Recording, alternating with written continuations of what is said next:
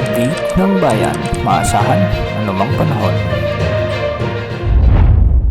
Magandang araw po sa ating lahat. Narito na ang pinakahuling update sa lagay ng ating panahon ngayon at sa magiging lagay ng panahon sa susunod na 24 oras. Sa kasalukuyan nga ay southwest monsoon pa rin ang weather system na nakakaapekto sa Luzon, samantalang umiiral muli ang intertropical convergence zone sa bahagi ng Mindanao. Samantalang localized thunderstorms ang nakakaapekto sa nalalabing bahagi ng ating bansa. Dahil nga sa pag-iral ng southwest monsoon o hanging habagat, ay makakaranas ng maulap na papawirin na may mga kalat-kalat na pagulan at thunderstorms sa buong Ilocos Region, Zambales at Bataan. Ang mga lugar na ito ay makakaranas ng katamtaman at minsan ay malalakas na pagbuhos ng ulan, kaya posible ang banta ng mga biglang pagbaha o pagguho ng lupa. Samantala dahil pa rin sa southwest monsoon o habagat, ang Metro Manila at nalalabing bahagi ng Luzon ay magiging bahagyang maulap hanggang sa maulap din ang mga kalangitan na may mga isolated rain showers and thunderstorms. Hindi rin inaaris ang banta ng mga biglang pagbaha o pagguho ng lupa,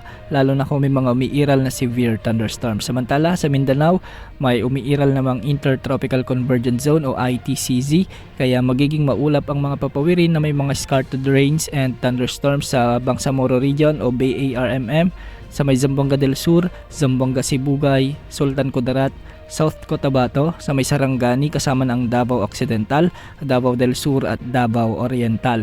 Pinag-iingat rin natin ang ating mga kababayan dito sa banta ng o posibilidad ng mga biglang pagbaha o pagguho ng lupa, lalo na kung may mga katamtaman at minsan ay malalakas ding pagbuhos ng ulan.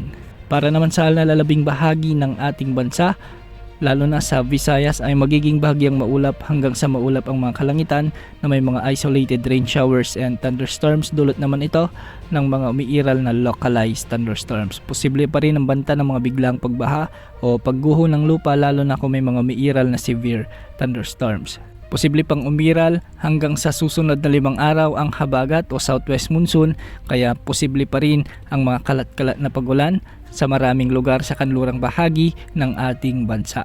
Para naman sa lagay ng mga pag-alon sa northern at western sections ng Luzon, ang mga baybayin dito ay posibleng umabot ang mga pag-alon hanggang 2.5 meters, samantalang sa nalalabing baybayin ng bansa ay posible ang mga pag-alon hanggang 2.1 meters. Wala man tayong namomonitor na bagyo sa susunod na 3 araw, ngunit sa susunod na linggo ay posibleng may mabuong sama ng panahon sa kanluran at silang bahagi ng ating bansa, base ito sa GFS Wind Outlook. Titignan natin ang galaw nito, hindi naman tatama sa ating kalupaan, ngunit hihilain ng mga bagyong ito ang southwest monsoon na siyang magdadala ng mga pag-ulan sa pagsisimula ng klase sa susunod na linggo.